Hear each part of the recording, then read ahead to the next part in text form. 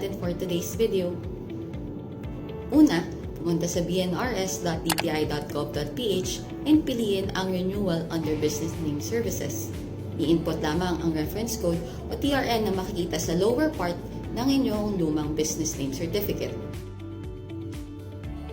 Ipapakita ang page ng business name information. Dito, may lalabas na options kung saan maaari kang pumili kung renew and update info or update scope and renew.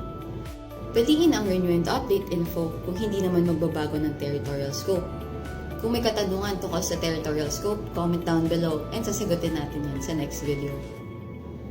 Next ay sagutin ang business name information form at ilagay ang mga detalye na gusto mong baguhin, gaya ng email o mobile number.